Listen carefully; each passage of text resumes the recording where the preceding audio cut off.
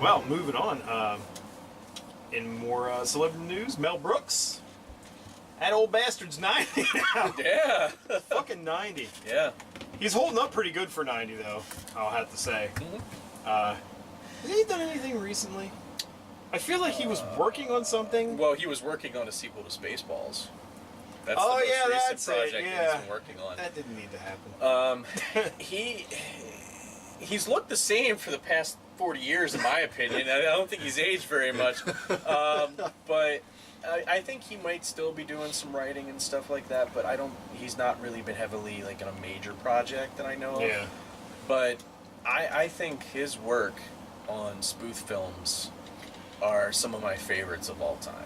Now, I will say, the latter portions of the films he put out, I feel like kind of started losing their luster. Because, like, Young Frankenstein... It was all over the place, though. Young Frankenstein was amazing. I loved Young Frankenstein. That was very good. There's scenes in that where the way it's acted, it's not supposed to be funny, but it's fucking hilarious. The whole, like, Ovaltine thing, I laugh every time. Is like, you know, nightcap? No, I'm just gonna go to bed. Good night. Ovaltine? No, thank you. Good night. And it's like it's all quiet. There's no music going on this whole time to make it seem like funny or anything, and it's hilarious. Yeah, I think, I guess that's your favorite Mel Brooks movie? I mean, I gotta tie, it's between that and Blazing Saddles, because Blazing Saddles is fucking hilarious. Fantastic. I mean, like, when I was, when I was, like, in elementary school and stuff, like, Robin Hood Men in Tights was really big. Mm-hmm. That was probably the comedy of that summer, I think, when that came out, and, you know, I still can quote lines from Robin Hood Men in Tights, but it wasn't his best film, you know? There were a lot of jokes in that did fall flat, because I'm like, okay, you're using this kind of humor where it's like puns now, and yeah. Like he did in Dracula Dead and Loving It. I mean, I still love that movie. Winfield, I'm out in the sun eating chitin. I mean, you're eating bugs off the ground. What the devil are you talking about?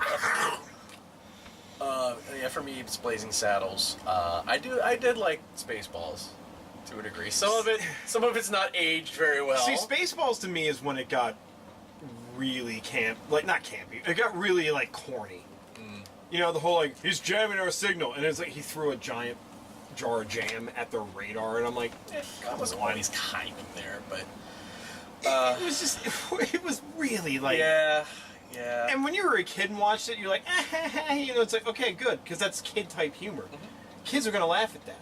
You grow up and look back at it, and you're like, what the fuck? The only joke out of Spaceballs I loved was the whole like, you know, Lone Star, I'm your father's mother's like roommate's best friend's cousin or whatever. Oh, Rick Moranis is Lord Helmet. He was the best part of the whole thing. Yeah. I mean, like Bill Pullman. Like, and this was like a movie that Bill Pullman should have put his best into. He was phoning that whole damn thing in. Like, you could tell he wasn't interested the whole time. He's like, Barf, that's my name. You're like, oh, yeah, funny, you're a dog. Yeah. When you think about all of the the big actors that have done Mel Brooks, if you look at Spaceballs, you've got Bill Pullman, you've got John Candy, you got Joan Rivers. Yeah. You know, there's so many different people. And of course, Mel Brooks is in everything he does. Yeah. He did it before Shyamalan made it like terrible to do. Well, Hitchcock did it before them all, but well, Hitchcock was like, you know, he just put himself in there. Like at the beginning of the movie, he's like, "Aren't I exactly what you want to see first?" Well, he did that, Here's but then my also shadow. there'd be like a scene in a diner, and Hitchcock would be sitting at the counter. He really wasn't like it wasn't a cameo. He was just in the background. I know. But then people like Shyamalan and that's how it's pronounced. And Brooks and even Stan Lee. Stang. Sorry, Stang. Actually made themselves characters, not just. By the way, cutting in there, his cameo in Civil War was my favorite cameo he did. So it was good. I was like, Tony Stank.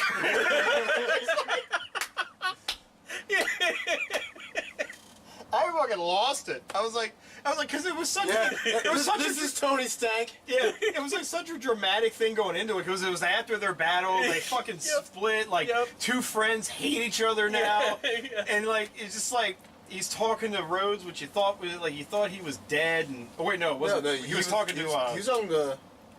Was he talking to Rhodes or was it Sam? Sam, I believe. Yeah, he was talking to Sam.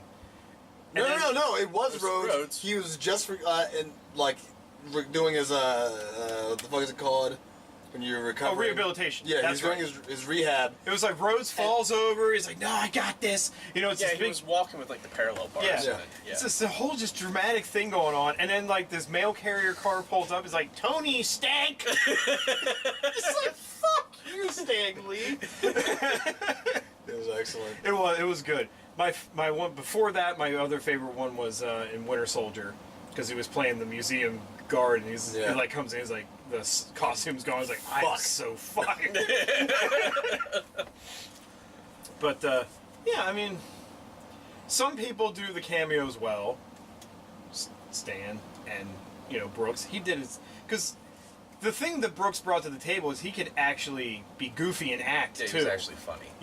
Him being like he was pretty good as like the one Emperor Chancellor or whatever it was in Spaceballs, where like he was afraid to use the teleporter because he was afraid what it would do because it's like it scrambles my bits around.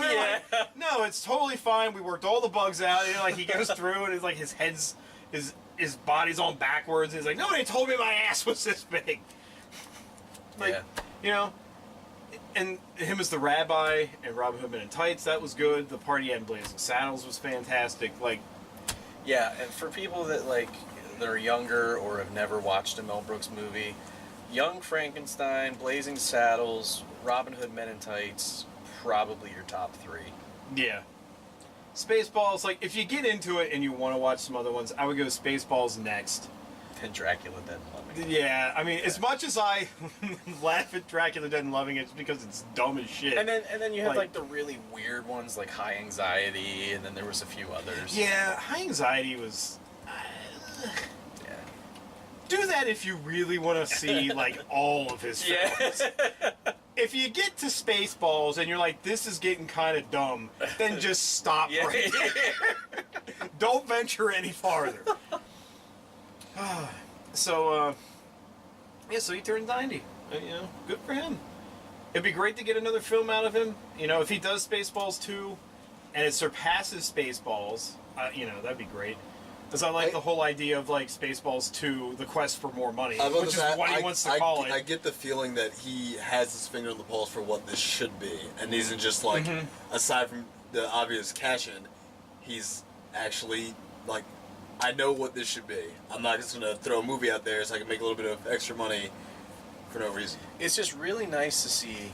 I can name 3 people in their 90s right now that are still relevant in Hollywood. Yeah. Betty White, Dick Van Dyke, and Mel Brooks.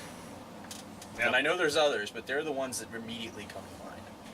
And that just it makes me crazy to think that they're in their 90s, but yeah.